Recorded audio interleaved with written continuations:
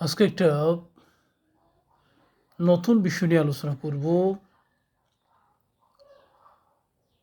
আজকের বিষয়টা হচ্ছে রাগ। আমরা সবাই জানি রেগে গেলেন তো হেরে গেলেন। তারপরেও কতটা আমরা ভুলে গিয়ে মাঝে মধ্যে রেগে যাই। রেগে গিয়ে সামান্য তুচ্ছ জিনিসকে আমরা অনেক বড় করে ফেলি। অনেক বড় ঝামেলা বাজিয়ে ফেলি। তাই রাগ করলে চলবে না।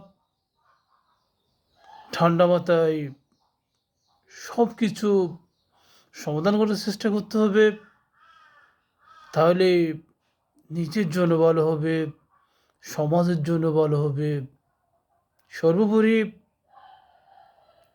আমাদের একটি কথা সবসময় মনে রাখতে হবে, সেটা হচ্ছে রেগে গেলেন তো হেরে গেলেন। আজকে এতটুকু। আল্লাহ হাফেজ।